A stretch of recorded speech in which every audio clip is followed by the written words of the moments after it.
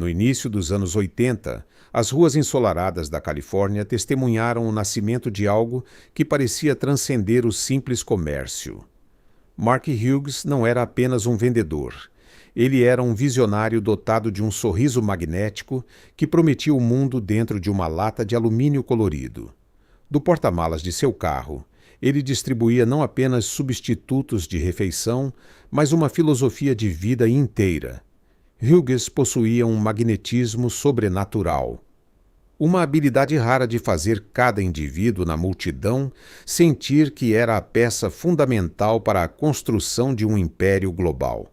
Ele vendia o sonho americano destilado em pó, pregando com fervor que qualquer um, independentemente de sua origem ou educação, poderia alcançar a riqueza absoluta se apenas acreditasse e trabalhasse o suficiente.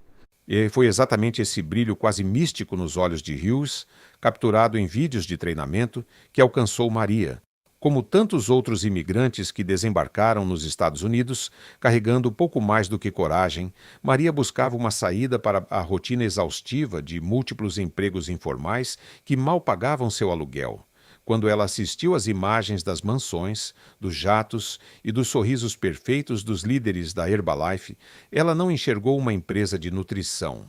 Ela viu um bote salva-vidas em um oceano de incertezas. Com as mãos trêmulas, ela entregou todas as suas economias, fruto de anos de sacrifício, para adquirir o kit inicial de distribuidora.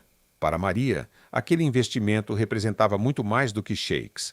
Era o seu passaporte para a liberdade financeira e a promessa de uma vida com dignidade. No entanto, e por trás das luzes ofuscantes dos palcos e da música motivacional, o mecanismo da ilusão operava com uma precisão matemática cruel. O sistema da Herbalife não fora desenhado para que Maria vendesse produtos diretamente para consumidores finais em sua vizinhança. A verdadeira engrenagem, o segredo guardado nos bastidores do poder, era o recrutamento incessante.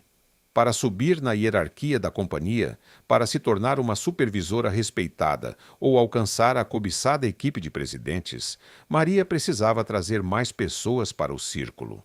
O produto era apenas o pretexto, uma moeda de troca em um jogo psicológico, onde o lucro real vinha de convencer outros sonhadores a comprarem seus próprios estoques iniciais. Era uma máquina faminta por novos rostos e novos investimentos de quem tinha pouco a perder. Enquanto isso acontecia, o mundo corporativo assistia a uma ascensão meteórica. A Herbalife se expandia como um incêndio em floresta seca, cruzando fronteiras e oceanos com uma facilidade espantosa. Eventos luxuosos transformavam reuniões de negócios em autênticos cultos messiânicos. Milhares de pessoas, ostentando botões que perguntavam: "Quer perder peso? Pergunte-me como." Choravam e aplaudiam em transe enquanto Hughes descia de helicópteros em meio a fogos de artifício. A cultura da marca era blindada contra qualquer forma de questionamento. Qualquer dúvida lógica era prontamente rotulada como negatividade de pessoas que não estavam destinadas ao sucesso. Maria estava mergulhada nesse êxtase coletivo, ignorando deliberadamente os sinais de alerta que batiam à sua porta. Mas o silêncio da noite trazia a verdade nua e crua. Na garagem de Maria, o espaço que antes abrigava o carro da família, agora estava totalmente tomado por colunas de caixas de papelão que chegavam ao teto.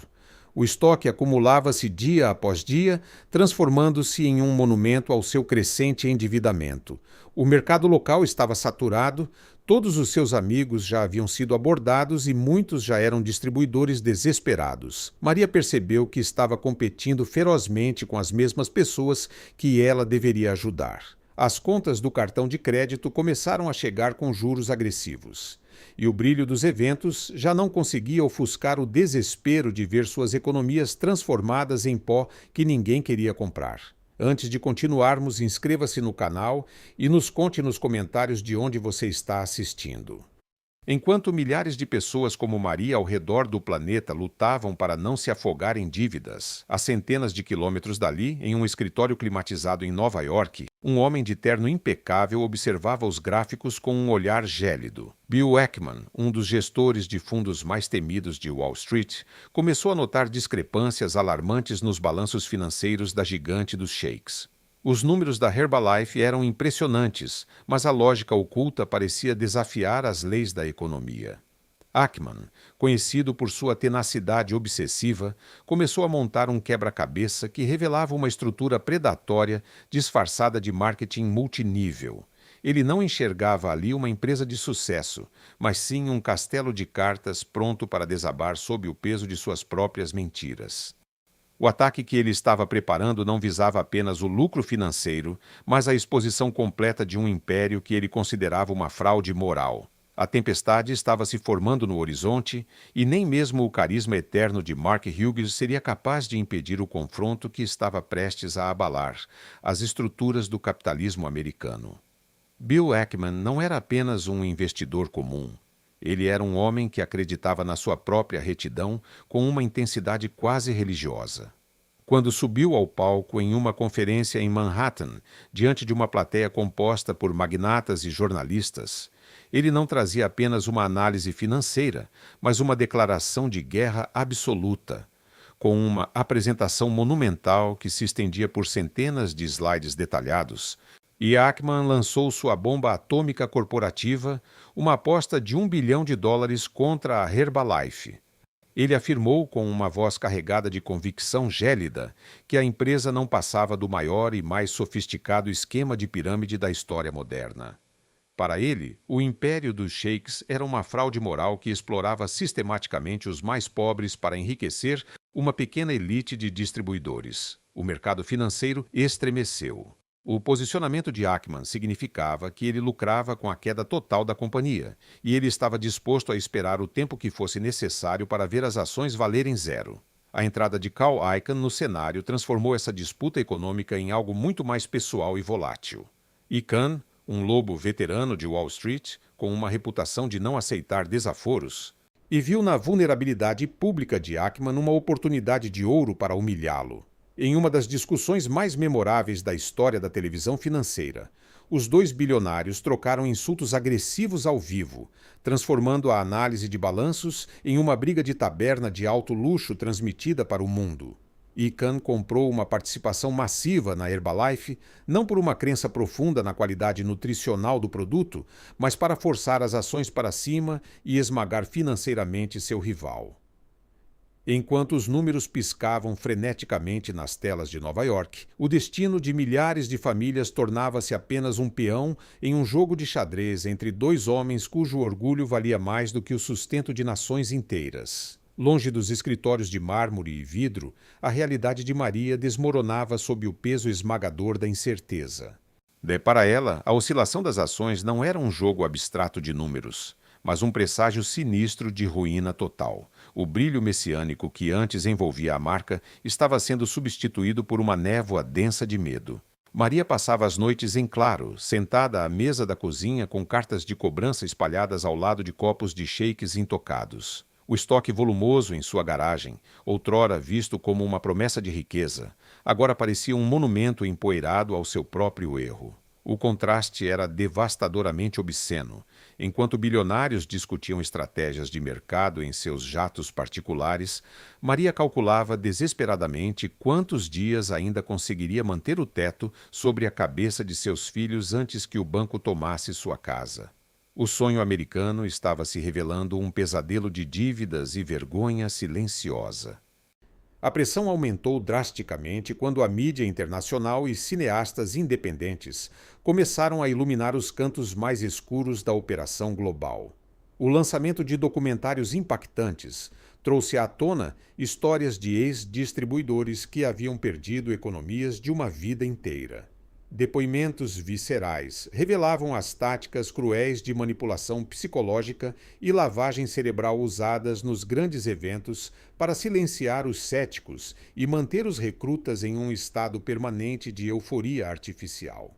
A exposição pública começou a corroer a blindagem da empresa, e Maria assistia a essas reportagens com o coração apertado, reconhecendo cada promessa vazia que ela mesma havia repetido para suas vizinhas. A sensação de que ela era ao mesmo tempo vítima e cúmplice de um sistema predatório começou a corroê-la por dentro.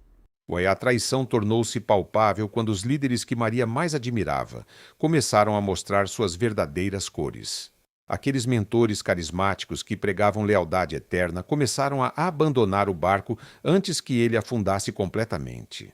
Alguns foram expostos por lucrar milhões em esquemas internos ocultos, vendendo falsas esperanças para a base da pirâmide. Maria percebeu que a meritocracia pregada era uma mentira conveniente desenhada para que apenas o topo sobrevivesse à tempestade iminente. O clima de colapso atingiu o seu ápice com um anúncio que paralisou o mercado. A Comissão Federal de Comércio, a temida FTC, anunciou a abertura de uma investigação oficial sobre as práticas da Herbalife.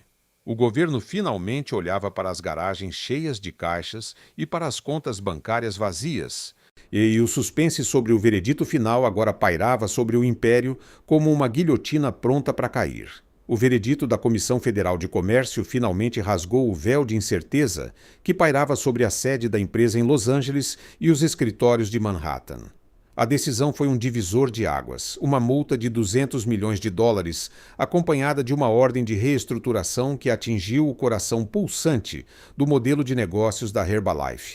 A FTC não apenas puniu a companhia financeiramente, mas exigiu que ela provasse que seus lucros vinham de vendas reais para pessoas fora da sua rede de distribuidores.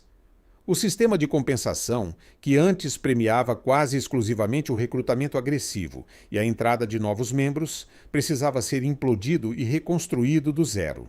Para muitos observadores, e era a admissão implícita de que a empresa operava de maneira predatória, lucrando com a esperança dos desvalidos em vez da qualidade real de seus produtos nutricionais. Maria assistiu ao anúncio com um olhar vazio, sentada na beira do sofá.